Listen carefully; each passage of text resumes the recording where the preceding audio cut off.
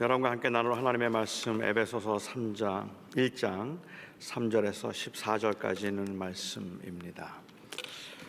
에베소서 1장 3절에서 14절 하나님의 말씀입니다. 찬송하리로다. 하나님 곧 우리 주 예수 그리스도의 아버지께서 그리스도 안에서 하늘에 속한 모든 신령한 복을 우리에게 주시되 곧 창세전에 그리스도 안에서 우리를 택하사 우리로 사랑 안에서 그 앞에 거룩하고 흠이 없게 하시려고 그 기쁘신 뜻대로 우리를 예정하사 예수 그리스도로 말미암아 자기의 아들들이 되게 하셨으니 이는 그가 사랑하시는 자 안에서 우리에게 거저 주시는 바 그의 은혜의 영광을 찬송하게 하려는 것이라. 우리는 그리스도 안에서 그의 은혜의 풍성함을 따라 그의 피로 말미암아 속량 곧 죄사함을 받았느니라.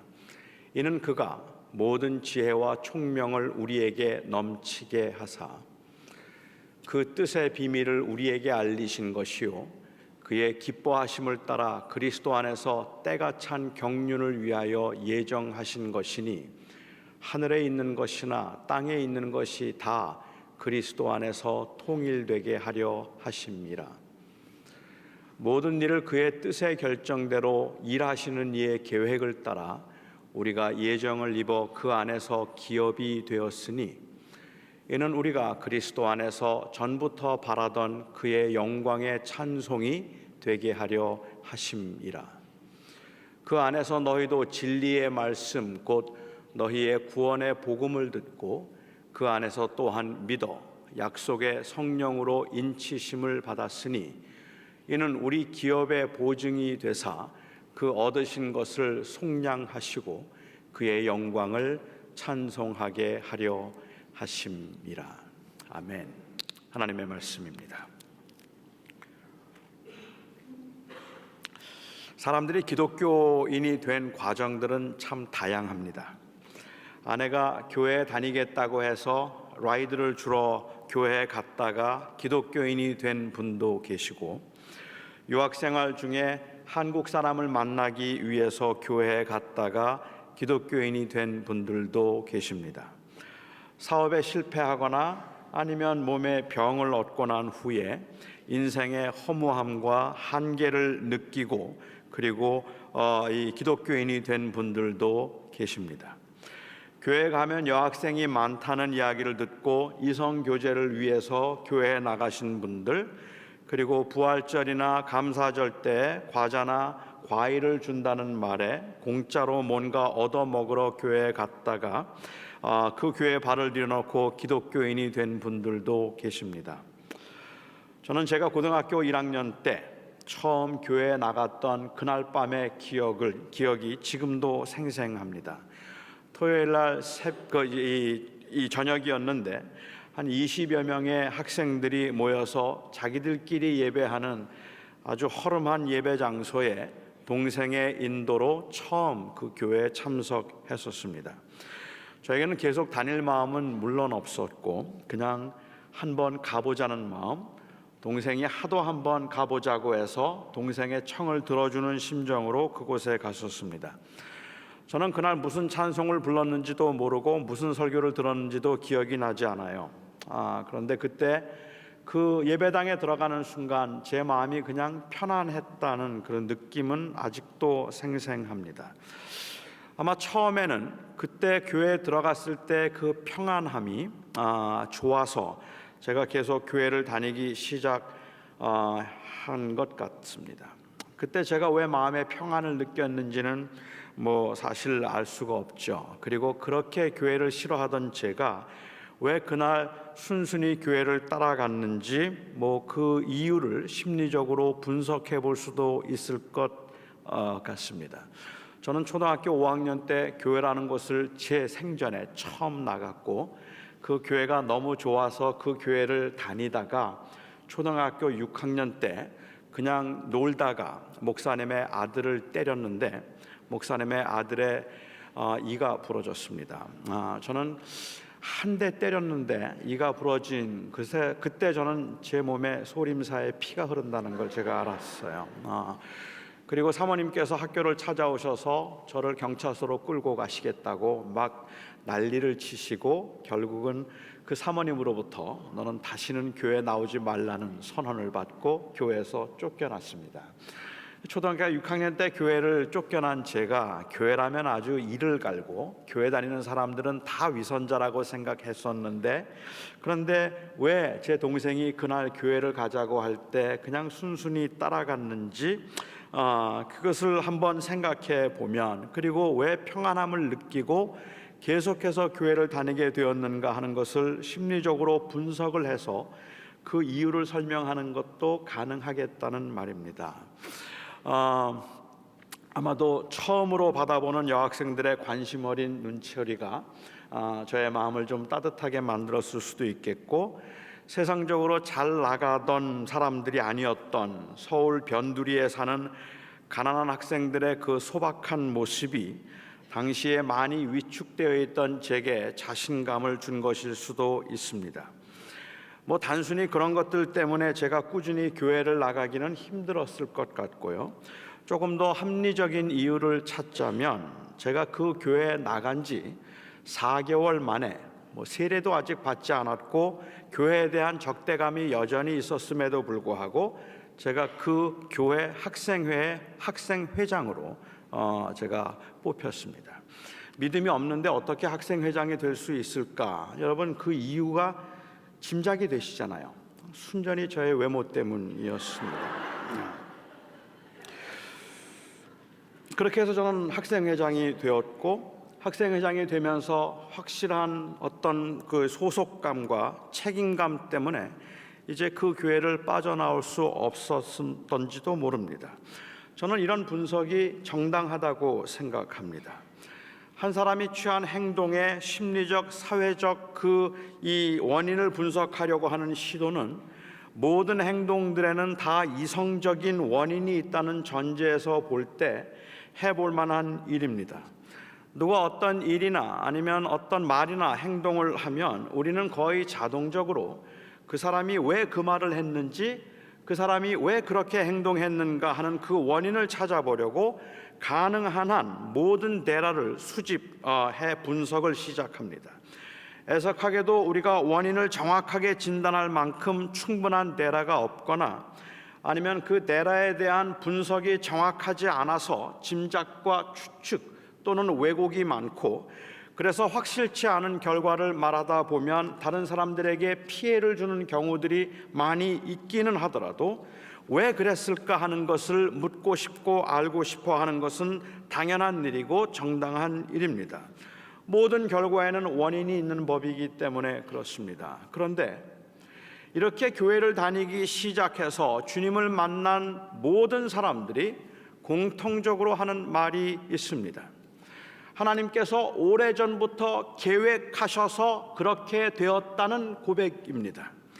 미국에 오게 된 것도 하나님의 계획하심과 인도하심이 있었기 때문이고, 교회도 그냥 내가 우연히 나온 것 같고 아니면 어떤 사회적, 심리적 그 원인들 때문에 내가 교회를 다니기 시작했던 것 같은데, 돌이켜보면 하나님께서 그 길을 다 미리 예비하셨다는 그 고백입니다. 교회 다닌 지 얼마 되지 않는 분들의 입장에서는 하나님의 인도하심이나 아니면 하나님의 계획 혹은 하나님의 뜻이라는 이 말들이 참 이해하기 힘든 말 중에 하나입니다. 그게 어떤 것일까? 하나님의 인도하심이란 도대체 무엇인가 하는 것에 대한 선언적인 지식이 없기 때문에 그렇기도 하겠지만, 왠지 하나님의 뜻이다, 하나님의 계획이다, 하나님의 예정이다 하는 말들이 모두가 다 인간의 의지나 노력과 상충되는 것처럼 들리기 때문에 그렇기도 합니다. 가령 어떤 분이 내가 아무개를 보고 첫눈에 반해서 결혼했다고 말을 한다든지, 내가 한국에서 살기가 너무 힘들어서 미국에서 새롭게 한번 살아보려고 미국에 왔다라고 말하면 교회를 열심히 다니는 분들 중에는 그것을 교정해 주려는 분들이 있습니다. 그건 당신이 원해서 된 것이 아니라 하나님의 계획과 뜻 때문에 그렇게 된 것이라고 말해 주는 거죠. 당신이 원해서 미국에 온 것이 아니라 하나님의 계획이 있어서 하나님이 인도하셔서 미국에 오게 된 것이라고 말을 해 주는데, 이렇게 교정을 해주면 하나님의 뜻을 인정하면서도 우리의 삶을 주관하시는 하나님의 주권을 인정하면서도 인간의 자유의지가 무시되는 것 같아서 납득이 안 되고 거부감이 생기기도 합니다. 하나님의 전능하심과 하나님의 주권을 전제로 할 때 하나님의 계획과 하나님의 인도하심을 가리켜 우리는 예정과 섭리라고 그렇게 부릅니다. 하나님의 주권을 인정하면서도 예정을 이해하기 힘든 이유는 예정이 인간의 자유의지를 인정하지 않는 것처럼 그렇게 보이거나 아니면 인간의 자유의지와 상충하는 것처럼 보이기 때문에 예정이라는 단어는 상당한 거부감을 일으키고 있어요. 그래서 나의 판단과 결단에 의해서 교회에 나갔다고 말하는 것과 하나님의 계획과 섭리에 의해서 교회에 다니기 시작했다고 말하는 것은 서로 모순된 말처럼 들리기도 합니다. 하나는 인간의 자유의지에 관한 말이고 다른 하나는 하나님의 예정과 섭리에 관한 말입니다. 40년 전에 저의 외모에 넋이 나간 여학생들의 관심 어린 눈총에 순진한 마음이 들떠서 교회를 다니기 시작하다가 학생회장을 맡으면서 책임감으로 교회 일에 깊이 관여하기 시작하고 그러면서 교회에서 자존감이 높아지고 목사가 되고 싶다는 마음까지 생겨서 내가 목사가 되었다고 말하는 것이 맞습니까? 아니면 하나님께서 창세전에 저를 택하시고 저를 그 교회에 보내셔서 세례도 받지 않았음에도 학생회장이 되도록 하시고 저의 원함과는 상관이 없이 불가항력적인 그 주권 때문에 이렇게 목사가 된 것이라고 말하는 것이 맞습니까? 어떤 관점에서 그리고 또한 그 어떤 의도에서 이 말을 하는가에 따라서 저는 둘 다 맞다고 생각합니다. 예정과 자유의지의 상관관계를 온전히 이해할 수도 설명할 수도 없겠지만 예정과 자유의지에 관한 그 이 문제에 관해서 제가 가지고 있는 제가 확신하는 두 가지는 말씀드릴 수 있습니다. 우선 첫 번째로 제가 가지고 있는 확신은 인간은 온전히 자유하다는 것입니다. 저는 하나님께서 단 한 번도 제 의지와 상관이 없이 강압적으로 저를 인도하신 적이 없다고 저는 확신합니다. 물론 주어진 환경이 저로 하여금 무엇인가를 선택할 수밖에 없게 만든 경우가 있기는 하겠지만 그때에도 결국 선택은 저의 선택이었습니다. 인간은 하나님에 의해서 운명적으로 결정된 대로 하나님의 예정과 섭리에 의해서 운명적으로 결정된 대로 행동하기 때문에 인간에게는 자유의지가 없다는 주장은 성경의 가르침이 아닙니다. 요셉의 형제들이 요셉을 팔았습니다. 그들이 요셉을 팔았던 원인은 질투와 미움 때문이었습니다. 그들은 요셉을 팔 마음이 전혀 없었는데도 하나님께서 억지로 그들의 의지와는 상관이 없이 그들의 마음속에 미움과 그리고 질투의 마음을 가지도록 하셔서 그래서 그들로 하여금 무의식 중에 원하지 않음에도 불구하고 이 요셉의 형제들이 요셉을 팔았던 것은 아닙니다. 만일 그랬더라면 요셉의 형제들은 정말로 억울합니다. 하지만 그럼에도 불구하고 그들은 미움과 질투로 자기의 의지에 의해서 요셉을 팔았음에도 불구하고 요셉의 형들이 요셉에게 절을 하게 되는 일은 하나님께서 미리 계획하시고 요셉에게 알려준 일이었습니다. 아니 요셉을 통해서 이스라엘 백성들이 애굽에 들어가서 400년 동안 종살이를 하고 난 다음에 큰 민족을 이루어서 가나안 땅에 다시 돌아오게 될 것이라고 하는 이 엄청난 사실은 이미 오래전에 아브라함에게 말씀하셨던 예정된 일이었습니다. 인간의 이 자유의지가 하나님의 예정 안에서 어떻게 작용하는지는 아무도 알 길이 없습니다. 이 관계를 이해함에 있어서는 인간에게 이성적 한계가 있음을 인정하는 것이 오히려 가장 정직할지도 모릅니다.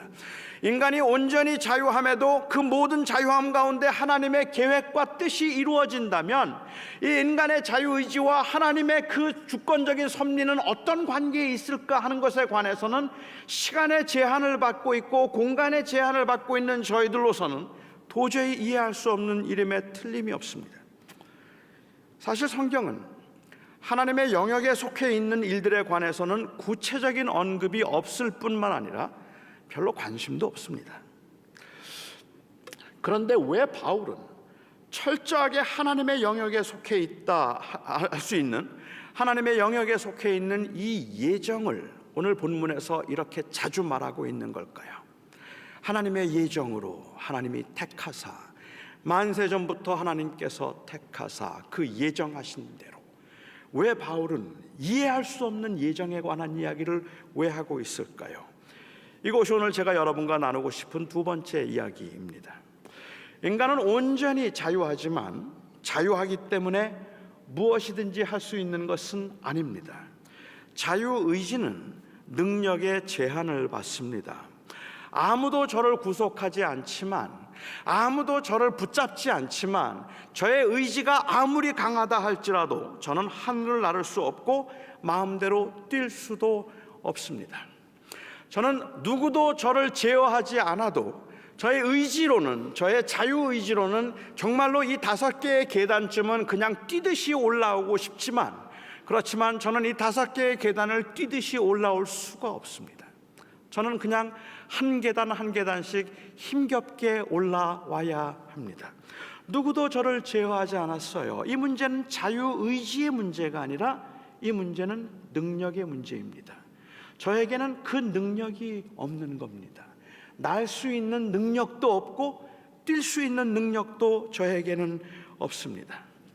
타락한 인간이 하나님의 자녀가 되는 일은 인간 스스로 선택할 수 있는 일이 아니었습니다. 바울은 오늘 본문에서 하나님께서 우리로 하여금 흠이 없도록 하기 위해서, 다시 말하면 거룩하게 구별되도록 하기 위해서 택하시고, 그 택함을 받은 우리들이 예수 그리스도의 속량으로 말미암아 하나님의 자녀가 되도록 하셨다. 그렇게 하나님의 자녀가 되도록 우리를 예정하셨다고 했습니다. 복잡하게 기록되어 있지만 요약해서 결론적으로 말씀드린다면, 하나님은 우리가 하나님의 은혜의 그 영광을 찬송하도록 하기 위해서 우리를 택하시고 우리를 당신의 자녀가 되게 하셨다는 말입니다. 이것도 좀 복잡한가요? 이렇게 설명을 드리면 도움이 될지 모르겠습니다. 저의 막내 아들이 지금 15살입니다. 제 막내 아들은 제가 그 아이가 1살 때 한국에서 입양을 했습니다. 그 아이가 스스로 아무것도 결정할 수 없을 때 저와 제 아내는 그 아이를 보고 그 아이를 우리의 아들이 되도록 그렇게 아들로 삼기로 선택을 했습니다. 그리고 그 아이를 저의 아들이 되도록 했습니다.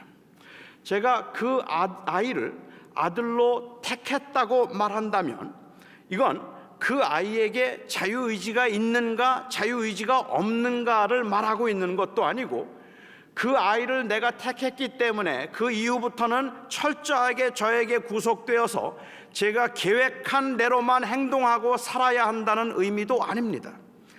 제가 그 아들을 택했다는 말은 저와 제 아들의 관계가 저로부터 시작되었다는 말이고, 이것이 저에게서부터 시작되었다는 말은 제 마음이 바뀌지 않는 한 어떤 경우에도 이 관계는 끊어질 수 없다는 의미입니다. 저는 제 아들이 자기의 의지와는 상관없이 제 아들이 되었음을 자유의지의 침해라고 말하지 않기를 기대합니다. 저는 제 아들이 지금 크고 난 다음에 15살이 되고 난 다음에 내가 내 부모를 선택할 수 있었어야 되는데 당신이 왜 나를 당신의 자녀로 삼아서 이 선택권을, 내게 가지고 있는 선택권을 왜 빼앗았느냐고 말하지 않아 주었으면 좋겠습니다. 제 아들이 누군가를 선택할 수 있는 능력이 없을 때, 그리고 자신의 선택에 의해서 그의 인생을 결정할 수 있는 조건들이 갖추어지지 않았을 때 제가 그를 택해서 아들이 되게 했음이 무조건적인 사랑, 은혜라고 말해 주었으면 좋겠습니다. 물론 저는 아버지로서 부족한 점들이 너무 많고 아들을 실망시킬 때가 많을 테니까 그 은혜가 온전하다 말할 수 없을 겁니다. 저의 무정함이나 저의 부족함 때문에 제 아들로 하여금 그 선택된 것을 원망하게 만들 수도 있을 겁니다. 하지만 하나님의 사랑은 다릅니다. 하나님의 자녀가 된다는 것은 그 선하시고 그리고 그 은혜로우신 하나님의 자녀가 된다는 말은 왜 나의 선택권을 침해했느냐고, 내가 스스로 선택해서 결정할 문제를 왜 하나님이 먼저 나를 택했느냐고 불평하거나 항거할 수 없는 절대적이고 불가항력적인 것일 뿐만 아니라 그 하나님의 선하심 때문에 이것은 거절하거나 감당할 수 없는 은혜인 것입니다. 인간의 절망적인 상태를 인정한다면 그 구원이 강권적으로 임한 것이었다 할지라도 부당하지 않습니다. 그렇지 않으면 인간에게는 아무런 소망이 없기 때문입니다.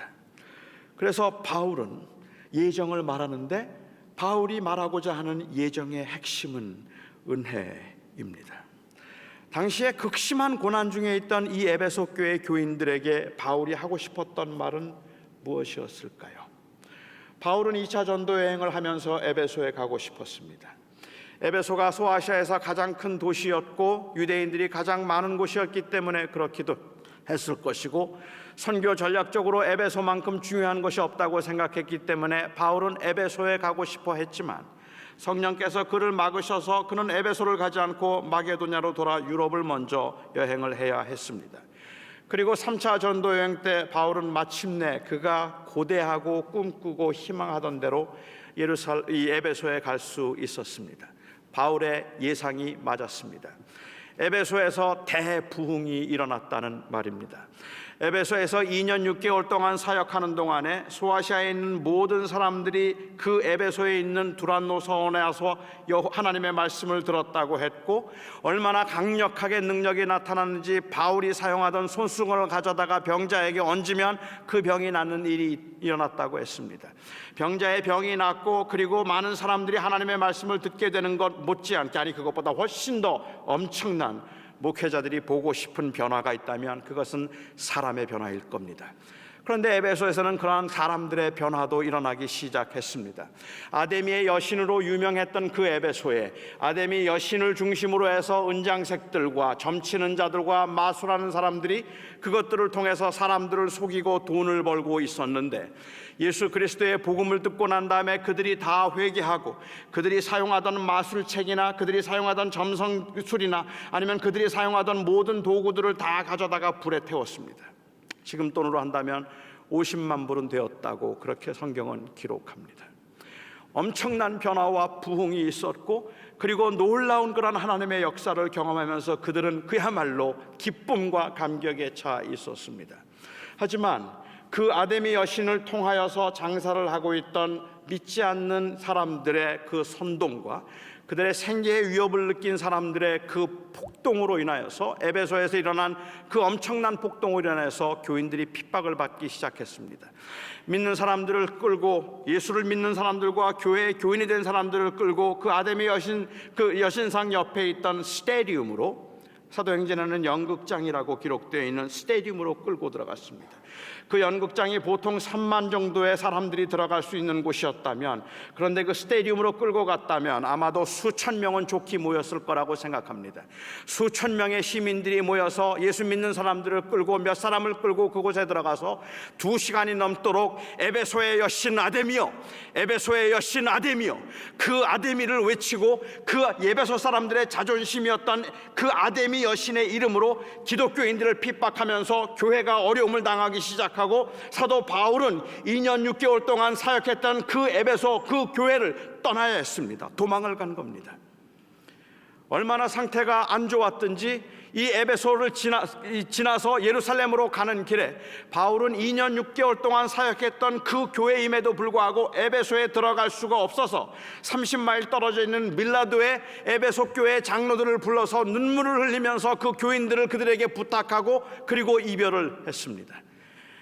부흥을 경험했던 교회, 하나님의 능력을 경험했던 교회, 그리고 하나님께서 역사하심으로 하나님의 나라가 마치 그곳에 이루어질 것처럼 감격과 기쁨을 경험했던 그 하나님의 사람들, 그 교회가 갑자기 된소리를 맞은 겁니다. 그리고 핍박을 당하기 시작하고 환난을 당하고, 믿는 사람들은 고난을 당하고, 여기저기 사람들이 흩어져 가기 시작했습니다. 많은 유혹과 시험이 있음에도 불구하고 믿음을 지키며 제자로 살고자 했던 성도들에게 바울이 하고 싶었던 말이 무엇일까요? 담대함보다는 두려움이 앞서고 시간이 지날수록 성숙해지기보다는 오히려 소심해지는 것 같고 가면 갈수록 점점 불안해지고 그리고 자신이 없어지는 교인들에게 바울이 하고 싶었던 말이 무엇일까요? 그런 절박한 상황에서 치열하게 믿음을 지키며 살아가는 성도들에게 바울이 가장 하고 싶었던 말이 바로 예정이었습니다. 하나님이 택하셨습니다. 하나님께서 당신들을 자녀로 삼으셨습니다. 아무리 어려움이 있고 아무리 환난이 있고 아무리 고난이 있다 할지라도 우리가 너무 미약하고 부족해서 날마다 쓰러지고 이러다가 내가 곧 하나님을 떠날 것 같은 그러한 두려움 가운데 있다 할지라도 여러분 낙심하지 마시기 바랍니다. 왜요? 구원은 하나님으로부터 시작한 겁니다. 하나님께서 여러분들을 불러서 너는 내 것이라 말씀하셨으니 그리고 너는 내 것이니 그 어떤 것도 나의 손에서 빼앗아갈 수 없다 말씀하셨으니 하나님께서 시작하신 일이라 이 일은 반드시 됩니다. 여러분을 하나님은 놓치지 않을 겁니다. 그것이 바로 바울이 말하고 싶었던 내용입니다. 이것은 우리로 하여금 이 예수 안에 거하도록 하신 전적인 하나님의 은혜였음을 우리들에게 말씀해 주고 계시는 겁니다. 저는 예정에 관한 철학적인 논쟁도 가능하다 싶고 왜 하나님께서는 어떤 사람은 택하시고 어떤 사람은 택하지 않으셨는가 하는 것을 논할 수도 있다고 저는 생각합니다. 하나님의 주권적인 섭리와 인간의 자유의지의 상관관계가 무엇일까를 알아보기 위해 치열하게 사고할 수도 있고 깊은 사색을 할 수도 있다고 생각합니다. 필요한 일이고 중요한 일입니다. 하지만 우리를 택하셔서 우리로 하여금 하나님의 자녀가 되도록 하시고 그래서 하늘의 기업을 이어가도록 우리에게 그렇게 우리를 택하시고 사랑하셨다는 이 사실 앞에서 예정과 자유의지의 철학적인 논쟁은 별로 큰 무게가 없습니다.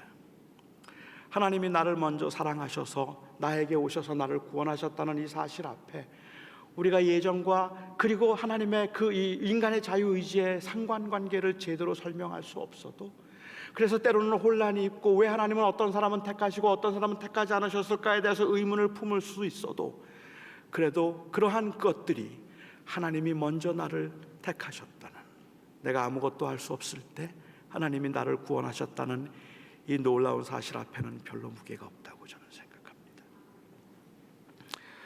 하나님께서 은혜의 영광에 찬송이 되도록 하기 위해서 저와 여러분을 택하셨습니다. 비록 형편없어 보이고 여전히 세상의 유혹을 헤어나지 못하고 자주 넘어져서 내가 정말로 구원받은 사람일까 의심이 생기고 항상 하나님 앞에 부끄러움을 느껴야 하는 저와 여러분을, 구원을 받았다고 하면서도 제자답게 살 수 없는 저와 여러분을 하나님의 자녀가 되도록 하기 위해서 창세전에 택하셨습니다. 그래서 우리는 지금도 앞으로도 하나님의 자녀인 겁니다. 그래서 예정은 하나님이 하셨다고 말하는 것입니다. 하나님이 하셨다.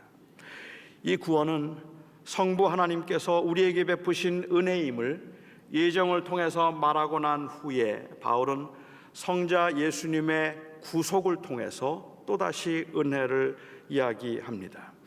오늘 본문에서 바울은 우리가 예수 그리스도의 피로 말미암아 속량 곧 죄사함을 받았다고 했습니다.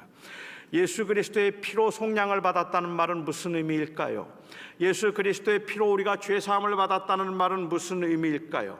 우리가 오늘로 찬송한 것처럼 예수 그리스도의 보혈로 죄사함을 받았다고 말한다면 이는 이 보혈은 예수 그리스도의 죽음을 의미할 뿐이지 예수 그리스도의 피에 죄를 사하는 효력이 있다든지 아니면 사람들의 피를 깨끗하게 하는 능력이 있다는 의미는 아닐 겁니다.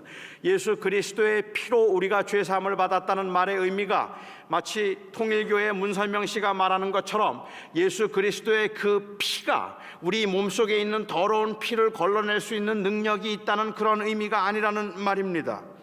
예수 그리스도의 보혈로 죄사함을 받았다고 말한다면 이는 그리스도의 죽음을 의미할 뿐이지 그 그리스도의 피에 효력이 있다는 뜻은 아닙니다. 주님께서 로마 병정의 채찍에 맞아서 그래서 튀긴 피가 로마 병정의 군복을 적셨어도 그 피는 그에게 아무런 의미가 없습니다. 피가 생명을 상징했다면 피는 곧 죽음을 의미하는 겁니다. 그러니까 여기에 이 말은, 우리가 예수 그리스도의 보혈로 죄사함을 받았다는 말은 예수 그리스도의 죽음이 우리의 죄를 용서받을 수 있게 해 주었다는 말입니다. 그 하나님께서 택하신 사람들이 하나님 앞에 올 수 있도록 예수 그리스도의 죽음이 그 길을 열었다는 말입니다. 성경은 이 말을 구속 혹은 속량이라고 부릅니다. 속량이라는 말의 의미는 값을 지불하다 혹은 값을 지불하고 사서 자유하게 하다라는 그러한 의미가 있는데, 현대인들은 속량이라는 단어가 아주 생소한 단어입니다. 이건 단순히 오래된 단어이기 때문에 속량이라는 단어, 잘 쓰지 않는 단어라서 생소한 것이 아니라, 우리가 살고 있는 사회에서는 누구를 위해서 대가를 지불해서 자유하게 할 수 있는 제도가 더 이상 없기 때문에 그렇습니다. 하지만 옛날 유대인들이나 옛날 헬라인들에게 속량이라는 단어는 그 의미와 이미지가 아주 생생했던 단어입니다. 속량을 노예를 위해서 값을 지불하고 사서 자유하게 해주는 것으로 많이들 설명을 하는데, 같은 의미이기는 하지만 저는 오늘 좀 다른 예를 들어보고 싶습니다. 노예를 사서 그 노예를 자유하게 해준다는 것보다 조금 더 드라마틱하게 보이는 예가 구약에 나와 있습니다. 구약에서 속량이라는 단어는 노예에게 사용될 뿐만 아니라 동물에게도 사용되었기 때문입니다. 오래전에 저희 집에서 강아지를 키웠습니다. 그 강아지 이름이 뚱땡이였습니다. 제 아내가 그 강아지에게 뚱땡이라는 이름을 지어준 것은 그 강아지가 너무 뚱뚱해서 강아지를 비하하는 의미로 뚱뚱이라고 이름을 지어준 것이 아니라 귀엽다는 의미에서 뚱땡이라는 이름을 지어주었는데, 저는 그 이름을 뚱땡이라고 지어준 것이 너무 수상했어요. 아무리 생각해도 저를 빗대어서 그 이름을 그 강아지에게 지어준 건 아닐까라는 그 의심을 제가 자주 했었습니다. 제가 특별히 못마땅한 날, 저 때문에 기분이 나빴던 날은 공연히 강아지를 붙들고 유독 뚱땡이를 많이 쓰면서, 뚱땡이 너 혼날래? 뚱땡이 너 한번 혼나야 될 거. 너 도대체 왜 그러는 거야? 뚱땡이 넌 도대체 왜 그렇게 하는 거야? 라고 막 야단을 치는데, 그럴 때마다 저는 자꾸만 뜨끔뜨끔 했거든요. 그러니까 이 뚱땡이라는 게 저희 나를 보고 하는 이야기지 하는 생각을 했었어요. 제 아내는 그 강아지를 너무 예뻐했습니다. 제가 집에 들어가면 제 아내가 강아지를 안고 저를 맞으면서 했던 말이 있습니다. 뚱땡아, 아빠 오셨다. 그러면 저는 등골이 오싹해집니다. 저는 모든 동물을 무서워하기 때문에 그렇습니다. 동물을 싫어하거나 아니면 동물을 제가 가볍게 여기는 것은 아니지만, 제가 동물을 무서워하는 이유는 갑자기 물까 봐서입니다. 새도 갑자기 물 것 같고, 그리고 고양이도 갑자기 핥힐 것 같고, 강아지도 갑자기 물 것 같아서 무서워요. 만지는 게 겁이 납니다. 강아지가 과연 이성적인 판단을 해서 나를 안 물 수 있을까? 아니면 갑자기 아무 생각 없이 그냥 확 물면 어떻게 하나? 이런 것들이 두렵다는 말이죠. 강아지를 좋아하거나 애완동물들을 키우는 분들이 저에게 공통적으로 하시는 말씀은, 강아지 짐승이 사람보다 낫다 그래요. 사람은 물어도 강아지는 안 문다, 그렇게 말씀들을 하시는데, 그런데 저는 아직도 사람을 더 믿고 싶어요. 사람은 나를 안 물겠지만 강아지는 갑자기 내가 알 수 없는 어떤 변화가 일어나면 나를 물지도 모른다는 생각 때문에 저는 강아지 혹은 모든 동물이 조금은 무섭습니다. 율법에 의하면 집에서 기르는 동물이 이웃집 사람을 물어서 해를 입히면 그 동물은 반드시 죽여야 했습니다. 그 동물을 죽이지 않으면 그 동물의 주인이 죽을 수도 있습니다. 모든 경우에 동물을 죽이죠. 하지만 그 동물을 너무 아끼면 그 주인은 죽은 사람의 물은 사람의 가족, 상해를 입힌 사람의 가족을 찾아가서 아주 큰 값을 지불하고 그 짐승을, 동물을 살리는 경우가 있습니다. 그때 지불하는 값이 구약에서 말하는 구속의 값 혹은 속량입니다. 이 구속의 값을 지불하면 그 동물은 사람을 상해한 죄가 사함을 받아서 자유하게 된 겁니다. 그렇다면 예수님은 누구에게 이 값을 지불하신 것일까요? 어떤 사람은 예수님께서 사탄에게 이 값을 지불하시고 우리를 자유하게 했다고 주장하기도 합니다.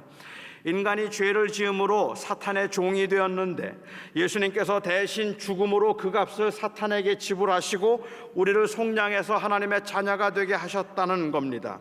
하지만 그것은 죄에 대한 오해입니다. 우리는 사탄에게 죄를 지은 적도 없었고 예수님께서 사탄에게 지불해야 될 죄값도 없는 겁니다. 우리는 하나님께 죄를 지었습니다. 인간은 처음부터 사탄의 유혹에 넘어가서 우리 스스로 우리 인생의 주인이 되고자 함으로 하나님을 거부하는 이 죄를 지었다는 말입니다.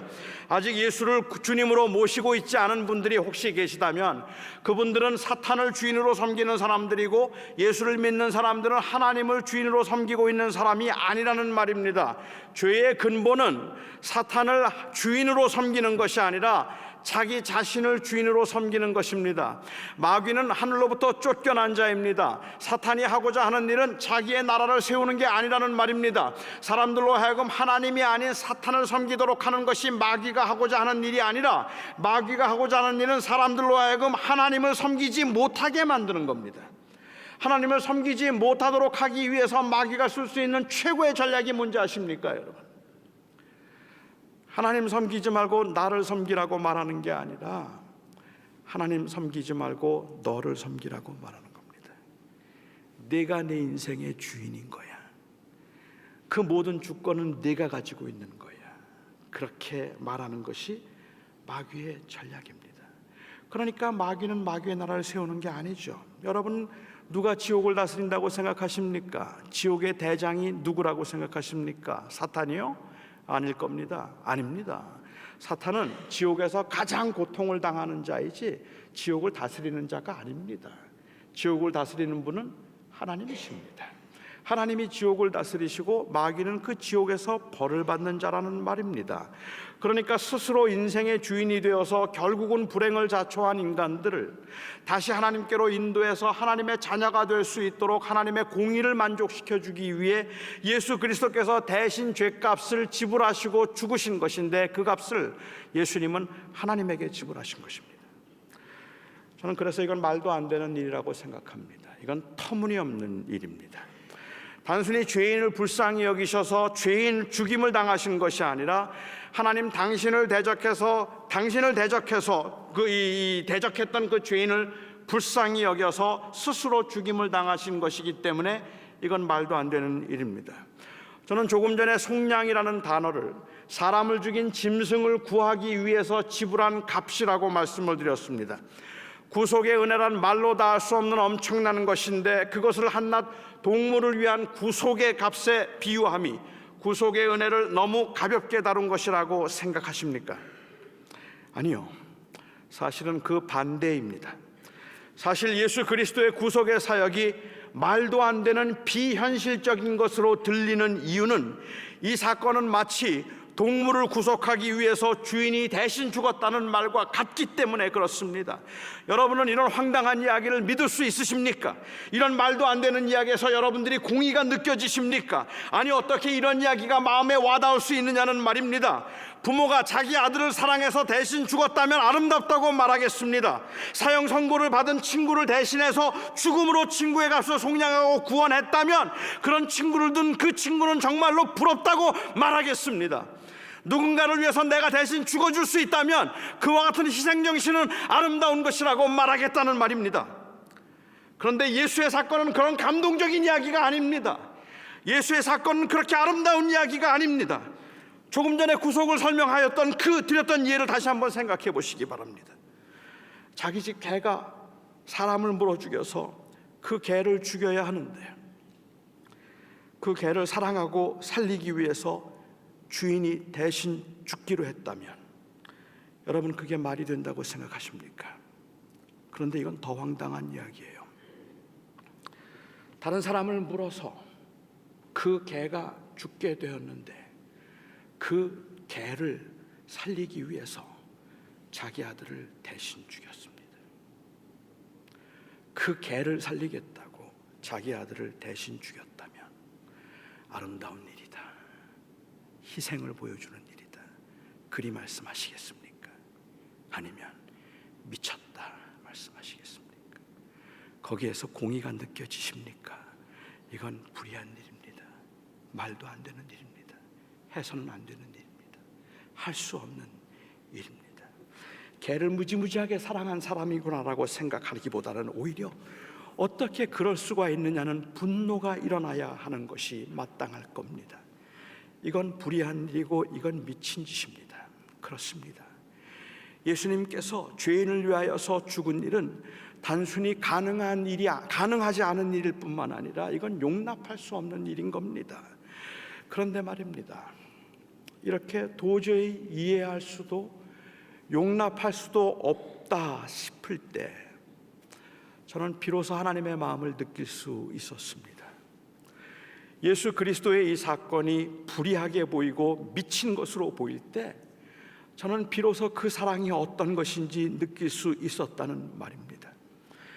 이건 말도 안 되는 일이라고 인정할 수 있다면 그 앞에서 누구도 자기의 행위나 공적을 감히 자랑하거나 의존할 수 없을 겁니다. 내가 주를 위하여 많이 충성하고 헌신했기 때문에 하나님이 나를 소홀히 대할 수 없을 거라고요. 그런 사랑을 받을 자격이 없음에도 불구하고 나를 사랑하셨으니까 조금이라도 은혜를 갚는 심정으로 살겠다고요. 19세기 미국의 목사였던 찰스 셸던이 쓴 책 가운데 In His Steps, 예수님이라면 어떻게 하셨을까라는 책이 있습니다. 특히 교회가 도덕적인 불감증에 걸려서 사회적 책임을 다하지 못하고 있었을 때 이 책은 교인들에게 많은 도전과 그리고 자극을 주었습니다. 하지만 이 책의 저자가 말하려고 하는 WWJD, What would Jesus do? 예수라면 어떻게 하셨을까라는 이 말이 자칫 기독교의 핵심이 마치 도덕적인 것인 양 오해하게 만들 수 있었다고 저는 생각합니다. WWJD를 말하기 전에 What would Jesus do? 라는 말을 하기 전에 우리가 먼저 해야 될 가장 중요한 핵심적인 질문이 있다면 WHJD입니다. What has Jesus done? 예수가 무엇을 하셨는가? 예수가 무엇을 하셨는가를 묻지 않고 예수라면 어떻게 하셨을까를 물으면 마치 예수님께서 보여주신 그 고귀한 희생과 같이 우리도 다른 사람들을 위해서 희생을 보여줌으로 그 인생의 의미를 더 찾게 되는 것이라는 그 말을 할 수 있다는 말이에요. 하지만 예수님이 하신 일은 그렇게 아름다운 일이 아닙니다. 어느 돈 많은 교인이 제게 아주 크고 근사한 별장을 하나 사주셨습니다. 제가 잘해드린 것도 별로 없는데 아무런 조건도 없이 제가 좀 편히 쉴 수 있으면 좋겠다고, 그동안 목회하는데 고생을 많이 했다고 제게 그 좋은 별장을 하나 사주셨습니다. 실제로는 그런 건 아니고 꿈에 그랬습니다. 만일 어떤 분이 저에게 그렇게 그 좋은 별장을 저에게 사주었다면, 아무것도 한 게 없는데도 저에게 그 별장을 사주었다면 저는 그 무조건적인 공짜로 준 은혜에 진심으로 감사하며 살 것입니다. 혼자 쓰겠다고 욕심 부리지 않고 많은 사람과 나누며 살겠습니다. 하지만 저는 그것에 너무 감사해서, 그 은혜에 너무 감사해서 정말 착하게 살겠다고 다짐을 할지는 모르겠지만 저는 그 앞에 무릎을 꿇고 내가 영원히 당신을 섬기겠습니다라는 말을 하지는 않을 겁니다. 우리가 현대 교회가 가지고 있는 은혜에 대한 강조에서 볼 수 있는 심각한 문제 중에 하나가 있다면 무엇인가 하면, 이 은혜를 이야기하면서 은혜가 공짜라는 것을 강조해서 은혜란 free라는 말을 많이 했어요. 하지만 성경을 보면 은혜가 강조하고 있는 것은 free가 아니라 undeserved입니다. unworthy입니다. 받아서는 안 되는, 받을 수 없는, 받으면 안 되는, 아무런 자격도 없는, 죽을 수밖에 없는 죄인인 나를 사랑하셔서 그 아들이 십자가에 돌아가셨다. 주님, 있을 수도 없는 일이고 너무도 황당한 일입니다. 그래서 차라리 그 앞에 가서 주님 안 됩니다, 안 됩니다, 주님 나는 죄인입니다, 나를 떠나세요, 이렇게 말할 수 있는 것이 은혜라는 말입니다. 그냥 주시면 좋고 안 주셔도 하는 수 없지만 It's free, so it's nice, you're so kind. 그냥 그렇게 누릴 수 있는 것이 은혜가 아니라는 말입니다. 우리가 받은 은혜는 그냥 그렇게 감동스러운 좋은 아름다운 것이 아니라서 공짜로 좋은 집을 사준 사람의 예나 설명은 그 피로 말미암아 속량 곧 죄사함을 받았다는 이 엄청난 선언을 설명하기에는 너무 미흡하다는 생각이 듭니다. 예수님이 죄인을 위해서 죽었다는 말에서 이건 너무 황당한 일입니다, 안 됩니다, 안 됩니다, 주님 그럴 수 없습니다라고 느낄 수 있을 때 우리는 그 무조건적인 은혜가 무엇인가를 알 수 있을 겁니다. 저는 지금까지 제가 신앙생활을 하면서 예수 그리스도를 통한 구원의 은혜를 이해했다고 생각했습니다. 그리고 무조건적인 사랑에 진심으로 감사했습니다. 내가 아무것도 한 것이 없는데 하나님이 먼저 나를 찾아오셔서 사랑하시고 자녀 삼으신 그 하나님이 참 좋은 분이라고 생각했습니다. 물론 지금도 그 마음은 여전합니다. 그런데 저는 하나님이 나를 사랑하시는 것은 불의한 일이라는 생각은 한 번도 해본 적이 없습니다. unworthy, undeserved 하는 나에게 나를 위해서 십자가에 죽으시는 것은 불의한 일이라는 생각은 해본 적이 없어요. 하나님은 사랑이니까 그 정도는 할 수 있을 것이라고 생각했지, 하나님이 저를 사랑하시는 이 말도 안 되고 엄청난 황당한 일이라는 생각은 해본 적이 없었다는 말입니다. 그런데 하나님이 나를 사랑한 것이 부당하고 불의한 일이라는 생각을 했을 때 저는 그 앞에서 감히 아무것도 내놓을 수가 없었습니다. 제가 조금이라도 갚기 위해서 할 수 있는 그 어떤 것도 없었습니다.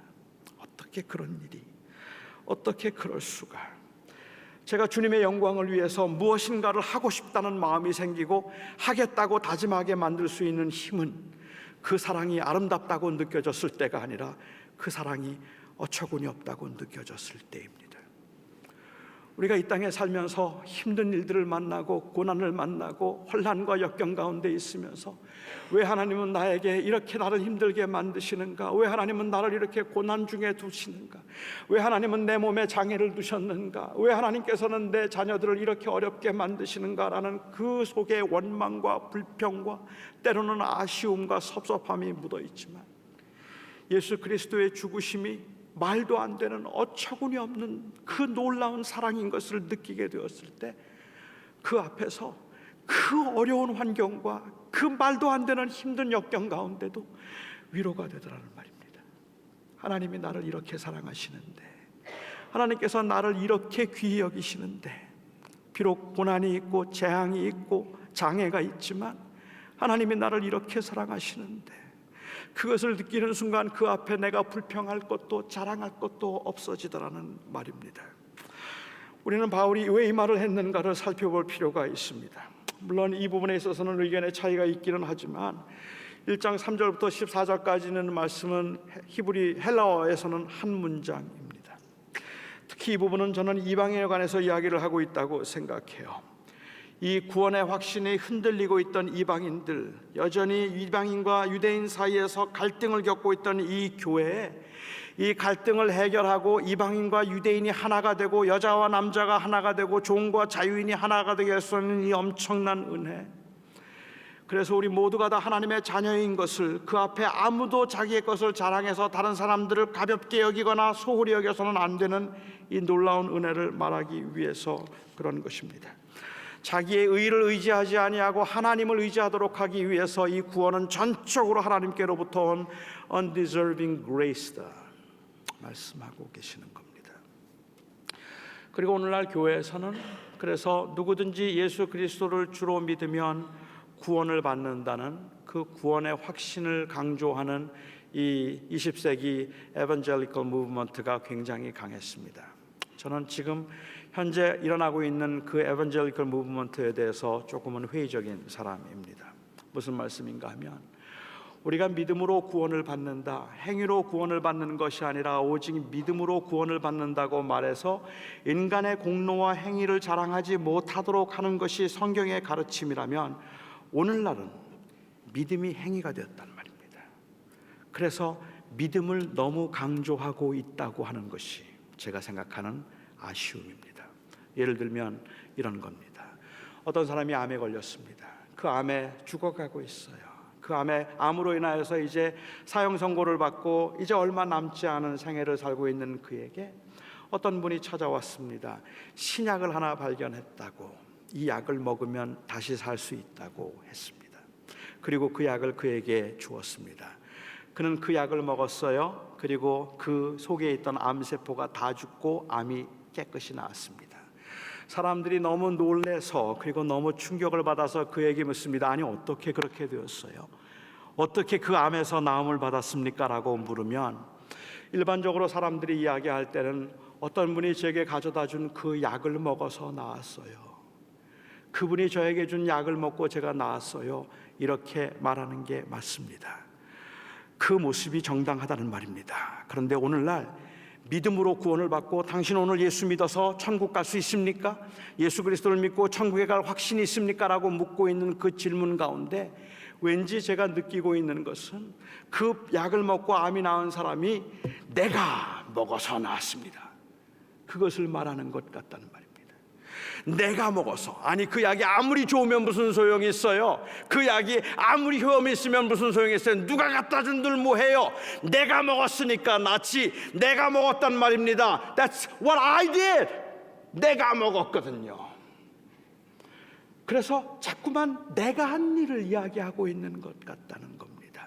아닐 겁니다. 구원을 이야기할 때 우리가 말할 수 있는 것은, 저는 그래서 이렇게 생각해요. 어떤 분이 저에게 와서 당신 오늘 죽어도 천국에 갈 수 있습니까? 라고 묻는다면 저는 그 대답이 다 정당하다고 믿지만 요즘의 현상을 보아서 그렇단 말입니다. 오늘 죽어도 천국에 갈 수 있습니까? 라고 누가 만일 묻는다면 저는 네, 나는 예수 그리스도를 나의 구주로 믿고 내가 예수를 믿기에 나는 죽어도 천국에 갈 수 있습니다. 저는 지금은 그런 얘기를 하지 않을 것 같아요. 오늘 죽어서 천국에 갈 수 있습니까? 라고 만일 묻는다면 저는 네, 하나님이 하셨습니다, 그렇게 말할 것 같아요. 주님이 하셨습니다, 내가 아닙니다, 주님입니다. 예수 그리스도 하나님께서 나를 만세전에 택하시고 그 아들로 하여금 나를 위하여 죽게 하시고 예수 그 성령께서 나를 위한 보증과 인치심으로 나의 구원을 확인하셨으니까, 그러니까 이 일은 하나님이 하신 일인 겁니다. 우리의 문제는 너무 그 은혜 앞에서도 자꾸 우리를 드러내려고 한다는 것입니다.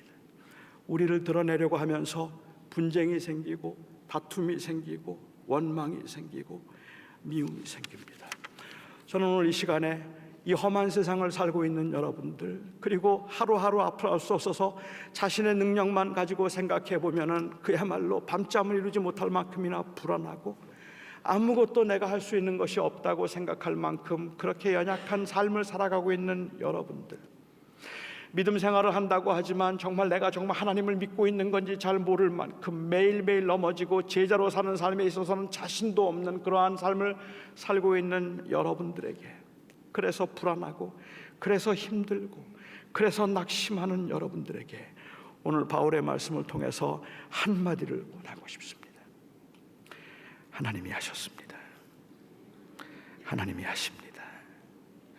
하나님이 하실 것입니다. 기도하겠습니다.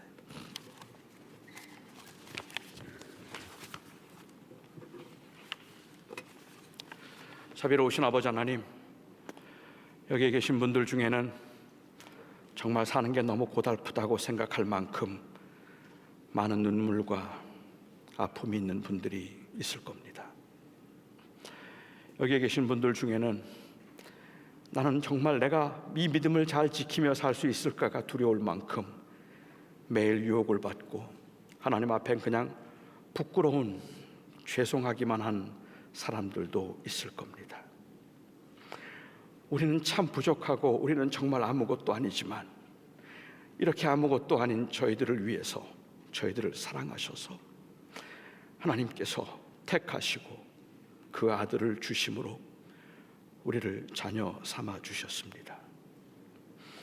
하나님이 하신 이 놀라운 은혜 때문에 오늘 우리 사랑하는 성도들이 마음에 큰 위로가 될 수 있기를 간절히 원합니다. 하나님의 이 놀라운 사랑 때문에 지치고 상하고 원망과 상처에 있던 우리 사랑하는 성도들의 그 심령에 하늘의 위로가 있기를 소원합니다.